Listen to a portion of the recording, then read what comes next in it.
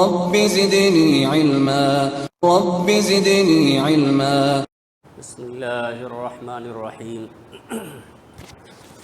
إن الحمد لله نحمده ونستعينه ونستغفره ونعوذ بالله من شرور أنفسنا ومن سيئات أعمالنا. من يهده الله فلا مضل له ومن يضلل فلا هادي له. وأشهد أن لا إله إلا الله وحده لا شريك له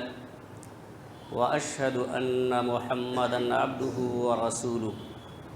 يا أيها الذين آمنوا اتقوا الله حق تقاته ولا تموتن إلا وأنتم مسلمون. يا أيها الناس اتقوا ربكم الذي خلقكم من نفس واحدة وخلق منها زوجها وبث منهما رجالا كثيرا ونساء. واتقوا الله الذي تساءلون به والأرحام إن الله كان عليكم رقيبا. يا أيها الذين آمنوا اتقوا الله وقولوا قولا سديدا يصلح لكم أعمالكم ويغفر لكم ذنوبكم ومن يطع الله ورسوله فقد فاز فوزا عظيما. أما بعد فإن خير الحديث كتاب الله وخير الهدي هدي محمد صلى الله عليه وسلم وشر الأمور محدثاتها وكل محدثة بدعة وكل بدعة ضلالة وكل ضلالة في النار. فاعوذ بالله من الشيطان الرجيم. والذين يكنزون الذهب والفضة ولا ينفقونها في سبيل الله فبشرهم بعذاب أليم يوم يحمى عليها في نار جهنم فتقوى بها جباههم وجنوبهم وظهورهم هذا ما كنزتم لأنفسكم فذوقوا ما كنتم تكنزون. وعن أبي هريرة رضي الله تعالى عنه قال قال رسول الله صلى الله عليه وسلم من آتاه الله مالا فلم يؤد زكاته مثل له ماله يوم القيامة شجاعا أقرأ له زبيبتان يطوقه يوم القيامة ثم يأخذ بلهزمتيه يعني شدقيه ثم يقول أنا مالك أنا كنزك. ثم تلا ولا يحسبن الذين يبخلون بما آتاهم الله من فضله هو خيرا لهم بل هو شر لهم سيطوقون ما بخلوا به يوم القيامة ولله ميراث السماوات والأرض والله بما تعملون خبير.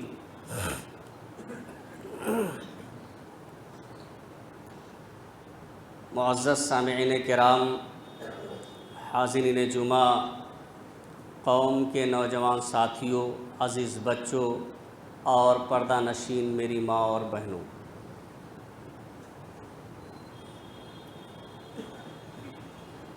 سب سے پہلے اللہ رب العالمین کے حمد و ثنا، عظمت و کبریائی، بڑائی اور بزرگی بیان کرنے کے لائق اور زیبا ہے، جو قادر مطلق اور احکم الحاکمین ہے، جس کی مرضی کے بغیر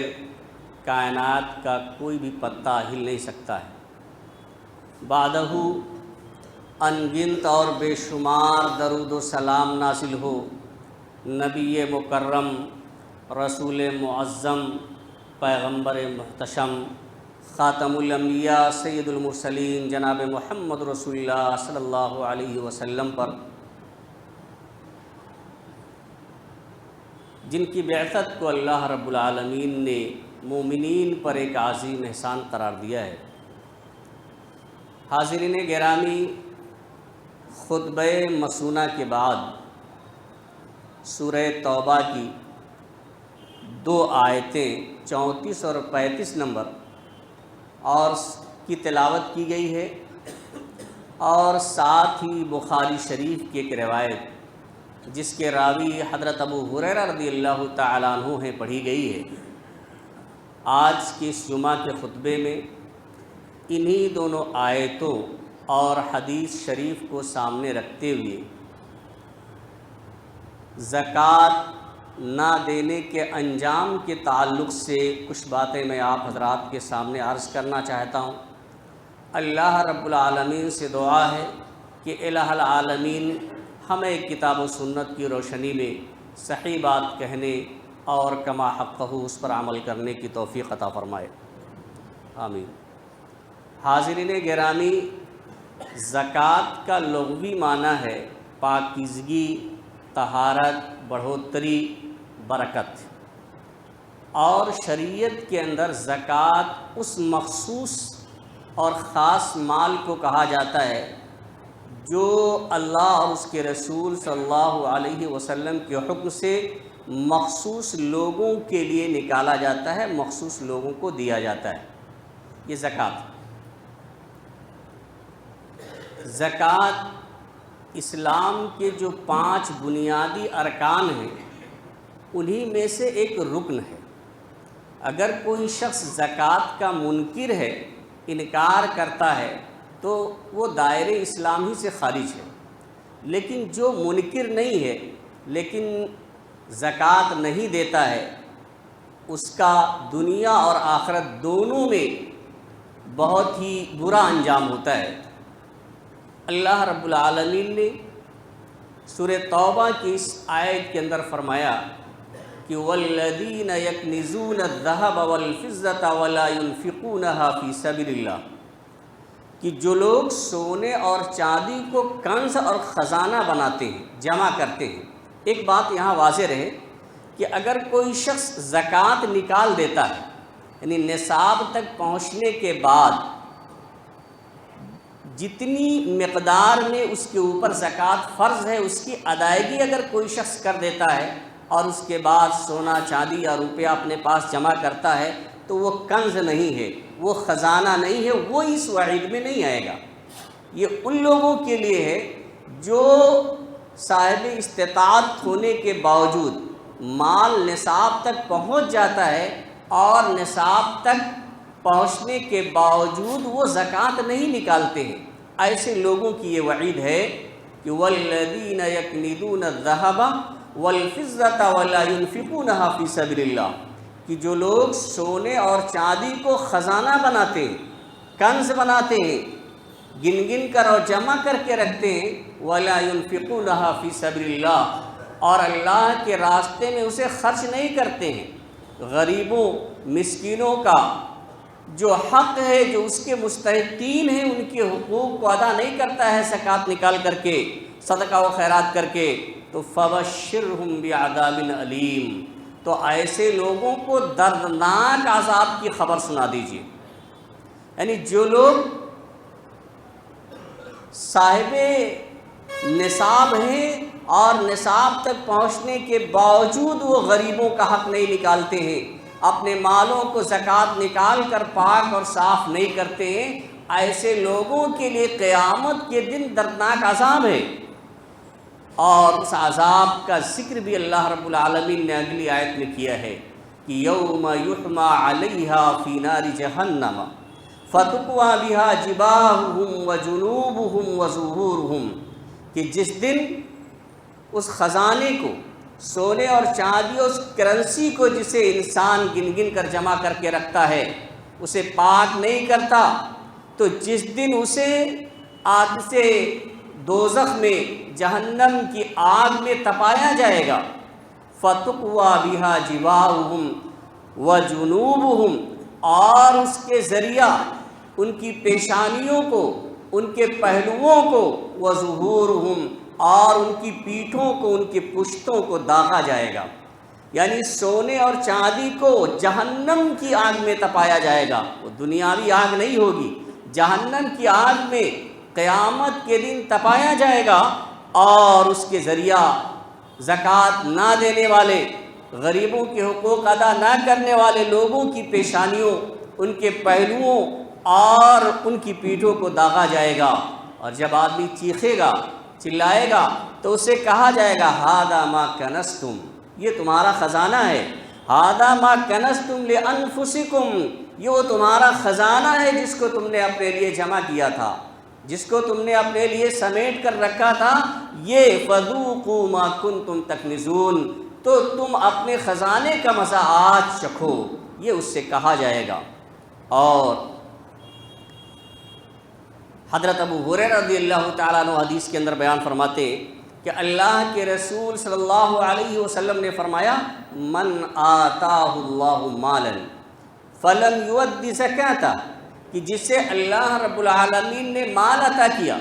اور اس نے زکوٰۃ نہیں ادا کی، اللہ رب العالمین نے مال و دولت سے اسے نوازا، وہ صاحب نصاب تک پہنچ گیا ہے، غریبوں کا حق اس پر واجب ہو گیا ہے، لیکن وہ اپنے مال میں زکوٰۃ نہیں نکال رہا ہے، تو ایسے شخص کے بارے میں آتا ہے آپ صلی اللہ علیہ وسلم نے فرمایا مثل لہ مالہ یوم القیامہ شجاعا اقرع لہ زبیبتان، تو اس کا مال ایک قیامت کے دن، یعنی وہ قیامت کے دن جو 50,000 سال کا ہوگا، وہ ایک دن قیامت کا، اس دن اس قیامت کے دن اس کا مال گنجے سانپ کی شکل میں، جو کہ انتہائی زہریلا ہوگا، تو انتہائی زہریلا اور گنجے سانپ کی شکل اختیار کر لے گا، لہو زبیبتان، اور اس کی پیشانی پر 2 سیاہ نقطے ہوں گے، یطوقہ یوم القیامہ، اور قیامت کے دن وہ اس کے گلے کا طوق بن جائے گا، وہی خزانہ، وہی مال، وہی سونا، وہی چاندی، یعنی جو بھی مال ہے جس پہ ہم زکوٰۃ نہیں نکالتے ہیں، وہ قیامت کے دن ایک زہریلے گنجے سانپ کی شکل اختیار کر لے گا۔ گنجا سانپ اس لیے کہا گیا ہے کیونکہ زہر اتنا زیادہ ہوگا جس کی وجہ سے اس کے بال جھڑ گئے ہوں گے، اور وہ اس کے گلے میں طوق کی طرح سے لپیٹ لے گا، پھر ثم یأخذ بلہزمتیہ یعنی شدقیہ، پھر وہی گنجا سانپ جو حقیقت میں اس کا مال ہوگا، اس کی جمع کی ہوئی پونجی ہوگی، وہ سونے اور چاندی ہوں گے، وہ کرنسی ہوگی جن کو اس نے جمع کیا تھا، وہ اس کے دونوں جبڑوں کو پکڑے گا، اس کے دونوں جبڑوں کو پکڑے گا، اسے نوچے گا، ثم یقول، پھر کہے گا انا مالو، میں تمہارا مال ہوں، انا کنزک، میں تمہارا خزانہ ہوں۔ ثم تلا هذه الآیہ، پھر اللہ رب العالمین نے اس آیت کریمہ کی تلاوت کی، یعنی یہ بیان کرنے کے بعد کہ زکوٰۃ نہ دینے والے کا قیامت کے دن جو 50,000 سال کے برابر ہوگا، یہ انجام ہوگا کہ وہی مال گنجے سانپ کی شکل میں اس کے گلے میں طوق بن کر کے لٹک جائے گا، اور اس کے دونوں جبڑوں کو پکڑ کر نوچے گا، اور اس سے کہے گا کہ میں تمہارا خزانہ ہوں، میں تمہارا مال ہوں۔ اس کے بعد اللہ رب العالمین نے اس آیت کریمہ کی تلاوت فرمائی کہ وَلَا يَحْسَبَنَّ الَّذِينَ يَبْخَلُونَ بِمَا آتَاهُمُ اللَّهُ مِنْ فَضْلِهِ هُوَ خَيْرًا لَهُمْ، کہ جو لوگ اللہ رب العالمین نے جن لوگوں کو اپنے فضل سے جو کچھ مال عطا کیا ہے اس میں بخیلی کرنے کو اپنے لیے بہتر گمان نہ کریں۔ اگر اللہ رب العالمین نے آپ کو اپنے فضل خاص سے مال و دولت سے نواز دیا ہے، آپ کو مالدار بنایا ہے، تو اس میں جو بخیلی کرتے ہیں اس بخیلی کو آپ اپنے لیے بہتر نہ سمجھیں، اس کنجوسی کو آپ اپنے لیے خیر کا باعث نہ سمجھیں، بل هو شر لہم، بلکہ ان کے لیے بدتر ہے، ان کے لیے بہت ہی برا ہے جسے یہ اپنے لیے بہتر سمجھتے ہیں۔ سَيُطَوَّقُونَ مَا بَخِلُوا بِهِ يَوْمَ الْقِيَامَةِ، اور قیامت کے دن جو یہ بخیلی کرتے ہیں یہی چیز ان کے گلے میں طوق کی شکل میں لٹکا دی جائے گی، پہنا دی جائے گی۔ تو یہ آخرت کا قیامت کے دن کا انجام ہے جو 50,000 سال کے برابر ہوگا، اور اس کے بعد جب فیصلہ ہوگا جنت اور جہنم کا، تو اس کے بعد جو انجام ہوگا وہ الگ، یہ صرف ایک دن جو قیامت کا دن ہے، اور جو اتنا لمبا دن ہوگا اس دن اس طرح سے پورا دن اس کے ساتھ یہ معاملہ ہوتا رہے گا جو صاحب نصاب ہونے کے باوجود اپنے مال میں زکوٰۃ ادا نہیں کرتا ہے۔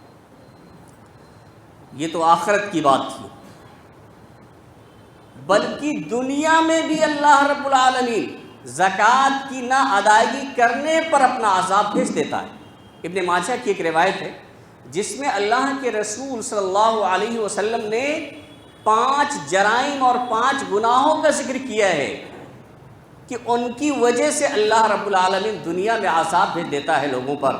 ان 5 میں سے ایک یہ ہے کہ وَلَمْ يَمْنَعُوا زَكَاةَ أَمْوَالِهِمْ إِلَّا مُنِعُوا الْقَطْرَ مِنَ السَّمَاءِ وَلَوْلَا الْبَهَائِمُ لَمْ يُمْطَرُوا، کہ جب لوگ اپنے مالوں کی زکوٰۃ روک لیتے ہیں، اللہ رب العالمین نے انہیں خوب عطا کیا ہے، چاہے تجارت کے ذریعہ یا کھیتی باڑی کے ذریعہ، یعنی جس طرح سے بھی اللہ رب العالمین نے انہیں نوازا ہے، جب وہ اپنے مالوں میں زکوٰۃ کو روک لیتے ہیں، لوگوں کا حق روک لیتے ہیں، تو اللہ رب العالمین آسمان سے نازل ہونے والی بارش بھی روک لیتا ہے۔ یعنی جب لوگ اپنے مالوں میں زکوٰۃ نہیں دیں گے تو اللہ رب العالمین آسمان سے بارش نازل نہیں فرمائے گا۔ اور کبھی کبھی ہم دیکھتے ہیں زکوٰۃ بھی نہیں دیتے، صدقہ و خیرات بھی نہیں کرتے، پھر بھی اللہ رب العالمین بارش کا نزول فرماتا ہے۔ تو اس کا جواب بھی اللہ کے رسول صلی اللہ علیہ وسلم نے آگے والے جملے میں دے دیا ہے کہ وَلَوْلَا الْبَهَائِمُ لَمْ يُمْطَرُوا، یہ جو بارش کا نزول اللہ رب العالمین فرماتا ہے یہ ہماری وجہ سے نہیں ہے، ہم تو گنہگار ہیں، ہم نے تو غریبوں کا حق دبا رکھا ہے، ہم نے تو ان کو دھتکار دیا ہے، بلکہ یہ چوپایوں کی وجہ سے، یہ جو دوسری مخلوقات ہیں جن کی کوئی غلطی نہیں ہے ان کو بھی پانی کی ضرورت ہے، اس لیے اللہ رب العالمین بارش نازل فرما دیتا ہے۔ وَلَوْلَا الْبَهَائِمُ لَمْ يُمْطَرُوا، اگر جانور نہ ہوتے تو بارش نازل نہ کی جاتی۔ تو دنیا میں بھی اللہ رب العالمین زکوٰۃ نہ دینے والوں پر جو ہے عذاب بھیج دیتا ہے۔ ایک واقعہ آپ کے سامنے میں ذکر کروں، سورہ نون والقلم کے اندر جب آدمی غریبوں کا حق روکتا ہے تو کیسے اللہ رب العالمین عذاب بھیجتا ہے، آپ دیکھیں پوری تفصیل کے ساتھ اللہ رب العالمین نے سورہ قلم کے اندر اس کا ذکر فرمایا ہے کہ اِنَّا بَلَوْنَاهُمْ كَمَا بَلَوْنَا أَصْحَابَ الْجَنَّةِ۔ اللہ رب العالمین فرماتے ہیں 17 سے 33 نمبر آیت تک آپ تلاوت کریں سورہ قلم کے اندر، اللہ رب العالمین فرماتے ہیں ہم نے انہیں آزمایا جیسا کہ ہم نے باغ والوں کو آزمایا تھا، مکہ والوں کو آزمایا جیسے باغ والوں کو آزمایا تھا۔ اصل میں یمن سے قریب 2 فرسخ کے فاصلے پر ایک شخص تھا جس کا ایک باغ تھا، تو جب تک باغ کا مالک زندہ تھا اس کا یہ معمول تھا کہ جب فصل تیار ہوتی تھی تو فصل کاٹنے کے وقت غریب اور محتاج بھی اس کے باغ میں آتے تھے، اور کچھ غریبوں اور مسکینوں کو دے دیتا تھا، کچھ اپنے بال بچوں کے لیے رکھ لیا کرتا تھا، اور کچھ حصہ اسی باغ میں لگا دیا کرتا تھا۔ یہ اس کا معمول تھا، اور اللہ رب العالمین اس کے اس عمل کی وجہ سے اس کی باغ میں خوب برکت عطا فرماتا۔ تو معاملہ یہ ہوا کہ اس شخص کے انتقال کے بعد جب اس کی اولاد آئی تو ہم لوگوں کی طرح سے زیادہ ہوشیار نکلی۔ انہوں نے کہا کہ ہمارے اخراجات تو بمشکل پورا ہوتے ہیں، ہماری ضروریات تو بہت ہیں، تو ایک پلاننگ انہوں نے بنائی کہ ایسے وقت میں باغ کا پھل اتار لیا جائے کہ کوئی دیکھ ہی نہ سکے، کوئی پہنچ ہی نہ سکے۔ اس کا نقشہ اللہ رب العالمین نے کھینچا ہے، اور پھر اللہ رب العالمین کیسے عذاب آتا ہے آپ دیکھیں آیات کو۔ اِنَّا بَلَوْنَاهُمْ كَمَا بَلَوْنَا أَصْحَابَ الْجَنَّةِ إِذْ أَقْسَمُوا لَيَصْرِمُنَّهَا مُصْبِحِينَ، کہ ہم نے مکہ والوں کو ایسے ہی آزمایا ہے جیسے کہ ہم نے باغ والوں کو آزمایا تھا۔ اِذْ أَقْسَمُوا لَيَصْرِمُنَّهَا مُصْبِحِينَ، جبکہ وہ قسمیں کھا رہے تھے کہ ہم صبح صبح ہی اس باغ کا پھل اتار لیں گے، کھیتی اپنی کاٹ لیں گے۔ وَلَا يَسْتَثْنُونَ، اور انشاءاللہ نہیں کہتے تھے، انشاءاللہ نہیں کہتے تھے۔ یہ پلاننگ انہوں نے بنائی، فَطَافَ عَلَيْهَا طَائِفٌ مِّن رَبِّكَ وَهُمْ نَائِمُونَ، تو جب پلاننگ بنا کے یہ لوگ سو گئے، خواب غفلت میں مست ہیں، سوئے ہوئے ہیں اپنے بستروں پر، اور یہ پلان بنا چکے ہیں کہ صبح صبح نکلنا ہے، تو اللہ رب العالمین کی طرف سے ایک بلا اس کے چاروں طرف گھوم جاتی ہے، یا جبریل امین آتے ہیں اسے تہس نہس کر دیتے ہیں، جلا کر خاکستر کر دیا جاتا ہے، وہ باغ جل کر راکھ ہو جاتا ہے، یا اللہ رب العالمین کا عذاب آ جاتا ہے۔ ادھر شام میں پلاننگ ہوئی اور سوئے ہوئے ہیں، صبح نکلنے کا ارادہ ہے اور اللہ رب العالمین ان کی بدنیتی کی وجہ سے ان پر عذاب بھیج دیتا ہے۔ پھر اس کے بعد فَأَصْبَحَتْ كَالصَّرِيمِ، یعنی اس طرح سے وہ کھیتی ہو جاتی ہے گویا کہ وہ کاٹ لی گئی ہے۔ جیسے فصل، گیہوں کی فصل ہے، آپ کاٹ لیجئے مشین سے، تو ایسے ہی جیسے کٹی ہوئی فصل بعض لوگوں نے کہا ہے کہ جلا کر اس طرح سے راکھ کر دیا گویا کہ تاریک رات ہے، ایسے وہ باغ ہو گیا۔ پھر اس کے بعد کیا ہوتا ہے؟ فَتَنَادَوْا مُصْبِحِينَ، ادھر اللہ رب العالمین نے تہس نہس کر دیا، ابھی معلوم نہیں ہے۔ صبح صبح ایک دوسرے کو وہ لوگ پکارتے ہیں کہ اَنِغْدُوا عَلَىٰ حَرْثِكُمْ إِن كُنتُمْ صَارِمِينَ، کہ اگر تم اپنی کھیتی کو کاٹنا چاہتے ہو تو صبح سویرے چلو۔ فَانْطَلَقُوا وَهُمْ يَتَخَافَتُونَ، تو وہ لوگ چپکے باتیں کرتے ہوئے چلے۔ ظاہر سی بات ہے کہ آواز تیز ہوگی، لوگوں تک پہنچ جائے گی تو دوسرے لوگ آ جائیں گے جو ان کا حق ہے، مسکین مانگنے والے جو محتاج ہیں وہ آ جائیں گے۔ تو فَانْطَلَقُوا وَهُمْ يَتَخَافَتُونَ، وہ چپکے باتیں کرتے ہوئے چلے۔ کیوں؟ اللہ يَدْخُلَنَّهَا الْيَوْمَ عَلَيْكُمْ مسکین، کہ آج تمہارے اوپر، تمہارے پاس کوئی مسکین نہ آنا پڑے۔ بہت خاموشی سے چلیے اور اپنی فصل اتار لیجئے، آج کوئی دیکھ ہی نہ سکے۔ صبح صبح لوگ سوئے ہوئے ہوں گے، آرام کر رہے ہوں گے، جب ہم اپنی فصل کاٹ لیں گے، جب کوئی ہوگا نہیں تو دینے کی ضرورت نہیں ہوگی۔ وَغَدَوْا عَلَىٰ حَرْدٍ قَادِرِينَ، وَغَدَوْا عَلَىٰ حَرْدٍ، اور لبکے ہوئے قدم بڑھاتے ہوئے بڑی تیزی کے ساتھ چلے، اور وہ یہ سمجھ رہے تھے قادرین کہ آج تو ہم قادر ہو گئے ہیں، قابو پا گئے ہیں مسکینوں پہ، یا اپنی اس پلاننگ پہ قابو پا گئے ہیں۔ فَلَمَّا رَأَوْهَا، لیکن جب پہنچتے ہیں وہاں، اب غور کریں، پہنچا ہوگا اور دیکھا ہوگا کہ شام کو تو باغ لہلا رہا تھا، فصل بالکل تر و تازہ، اور جب پہنچتے ہیں دیکھتے ہیں کہ یہ بالکل تو جل کر راکھ ہے، تو دماغ کام نہیں کرتا ہے، اور کیا کہتے ہیں؟ فَلَمَّا رَأَوْهَا قَالُوا إِنَّا لَضَالُّونَ، جب اسے دیکھتے ہیں تو کہتے ہیں ہم تو راستہ ہی بھول گئے۔ یعنی اس طرح سے اللہ رب العالمین کا عذاب آیا کہ وہ کہتے ہیں راستہ ہی بھول گئے۔ ظاہر سی بات ہے، دماغ میں بات تو آئی ہوگی کہ صبح سویرے اندھیرے ہی میں نکلے تھے تو ممکن ہے راستہ بھٹک گئے ہوں، لیکن جب غور کرتے ہیں اور سوچتے ہیں تو کہتے ہیں بل نحن محرومون، نہیں بلکہ ہماری قسمت ٹوٹ گئی ہے، ہم محروم کر دیے گئے ہیں، ہم پر اللہ کا عذاب آ گیا ہے۔ اور قال اوسطهم الم اقل لكم لولا تسبحون، ان میں جو تھوڑا بہتر تھا، سب سے زیادہ جو ان میں بہتر اور نیک تھا، اس نے کہا کیا میں نے تم سے کہا نہیں تھا، میں کہتا نہیں تھا اللہ کی پاکی کیوں نہیں بیان کرتے، اللہ اس پاکی کیوں نہیں بیان کرتے، تسبیح کیوں نہیں بیان کرتے، انشاءاللہ کیوں نہیں کہتے؟ پھر اس کے بعد جب انہیں یقین ہو جاتا ہے تو اپنی غلطی کا اعتراف کرنے لگتے ہیں اور کہتے ہیں قالوا سبحان ربنا انا كنا ظالمین، ہمارا رب پاک ہے، ہم ہی ظالم تھے۔ فاقبل بعضهم على بعض يتلاومون، اور بعض کی طرف متوجہ ہو کر کے ایک دوسرے کو ملامت کرنے لگتے ہیں۔ ظاہر سی بات ہے کہ جس نے پہلے پلاننگ شروع کی ہوگی اسی پر پہلے لوگ ٹوٹ پڑے ہوں گے کہ آپ نے ہی یہ حرکت شروع کی۔ بہرحال ایک دوسرے کو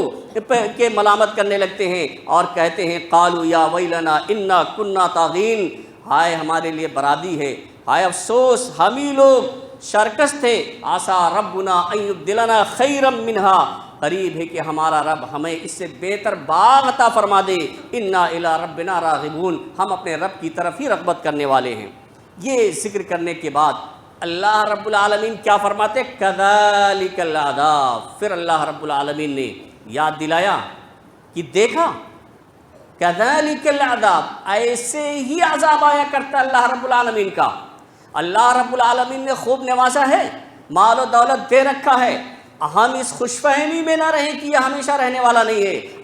رہنے والا مال ہے۔ اگر ہم لوگوں کے حقوق نہیں ادا کرتے ہیں، مال اللہ تعالیٰ نے دے رکھا زکوٰۃ ادا نہیں کرتے ہیں، تو اس خوش فہمی میں نہ رہیں، کبھی بھی کسی بھی وقت کسی لمحے اللہ رب العالمین کا عذاب آ سکتا ہے۔ اسی لیے اللہ رب العالمین نے اشارہ کر دیا کذالک العذاب، اسی طرح سے اللہ کا عذاب آتا ہے، وَلَعَذَابُ الْآخِرَةِ اکبر، اور آخرت کا عذاب تو بہت ہی بڑا ہے۔ یہ تو دنیا کا عذاب تھا کہ اللہ رب العالمین نے ایک باغ چھین لیا، ایک مکان چھین لے اللہ رب العالمین، گاڑی چھین لے، یعنی کوئی بھی چیز چھین لے، لیکن آخرت کا عذاب تو اللہ رب العالمین کا بہت بڑا ہے۔ لو کانوا یعلمون، کاش کہ لوگ جان لیتے۔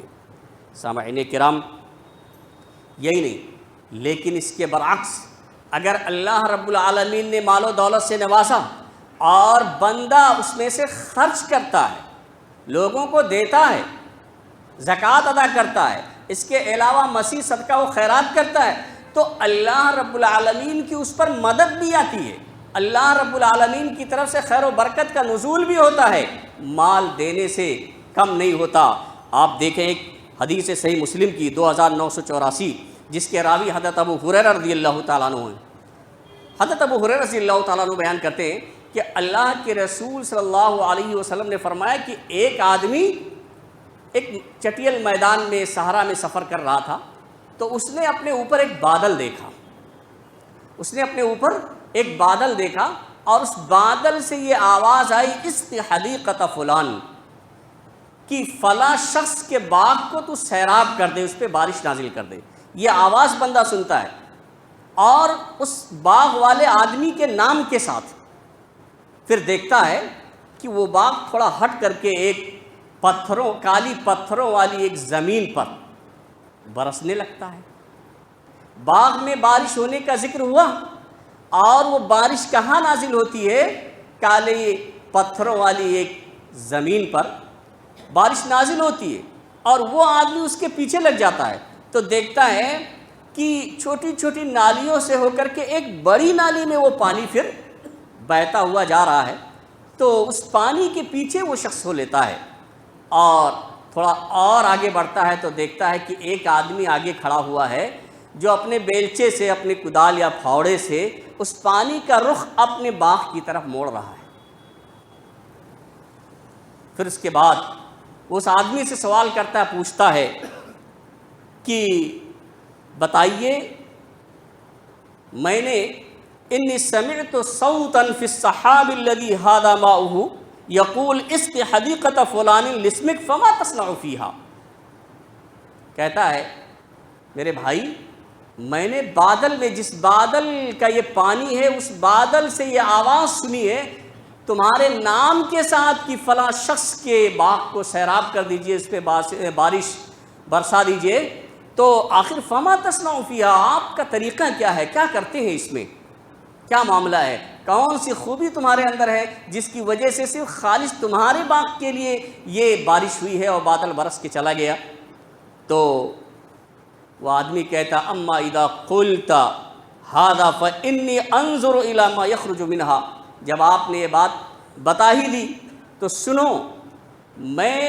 جب فصل پیدا ہو جاتی ہے، جو کچھ اللہ رب العالمین اس باغ سے مجھے عطا کرتا ہے، جب فصل تیار ہو جاتی ہے تو میں کیا کرتا ہوں، فاتصدق بثلثی، اس کا 1/3 1/3 حصہ میں صدقہ و خیرات کر دیتا ہوں، غریبوں اور مسکینوں کو دے دیتا ہوں، جو محتاج ہیں، جن کے حقوق ہیں، جن کے پاس نہیں ہے، انہیں دے دیتا ہوں، وآکل انا وعیالی ثلثا، اپنا اور اپنے گھر والوں کو 1/3 حصہ کھلاتا ہوں، یعنی 1/3 حصے میں 1/3 میں کھاتا ہوں، میرے گھر والے کھاتے ہیں، وارد فیہا ثلثہ، اور 1/3 اسی میں واپس لوٹا دیتا ہوں، یعنی جو اس میں اخراجات آتے ہیں اس اخراجات میں اسے لگا دیتا ہوں، میرا یہ طریقہ ہے۔ تو اس وجہ سے یہ میرا عمل ہے اور میرا کوئی خاص عمل نہیں ہے۔ تو آپ غور کیجئے کہ صدقہ دینے کی وجہ سے اللہ رب العالمین نے کوئی کمی نہیں کی، بلکہ بتائے جہاں بارش نہیں ہو رہی ہے، اوروں پہ نہیں، خاص طور سے اللہ رب العالمین نے اسی ایک شخص کے لیے بارش نازل فرما دی۔ تو جہاں صدقہ و خیرات نہ کرنے کا، زکوٰۃ نہ دینے کا برا انجام ہے دنیا و آخرت میں، وہیں دینے کا یہ ثمرہ اور پھل بھی ہے۔ اور آگے انشاءاللہ آئندہ جمعہ کے خطبے میں مزید باتیں اس سلسلے میں ذکر کی جائیں گی۔ اللہ رب العالمین سے دعا ہے کہ الہ العالمین ہمیں کما حقہ زکوٰۃ نکالنے کی توفیق عطا فرمائے۔ جس طرح سے اللہ اس کے رسول صلی اللہ علیہ وسلم نے حکم دیا ہے اور جس مقدار میں زکوٰۃ نکالنے کا حکم دیا ہے اس مقدار میں اور اس انداز میں نکالنے کی توفیق عطا فرمائے۔ الہ العالمین ہم میں جو پریشان حال ہیں ان کی پریشانیوں کو تو دور فرما دے، جو لوگ بیمار ہیں انہیں شفائے کامل و عاجل عطا فرما، جو لوگ مقروض ہیں انہیں قرض کی ادائیگی کی توفیق عطا فرما۔ بارک اللہ لنا ولکم فی القرآن العظیم ونفعنا وإیاکم بالآیات والذکر الحکیم انہ تعالی جواد کریم ملک الرؤوف الرحیم۔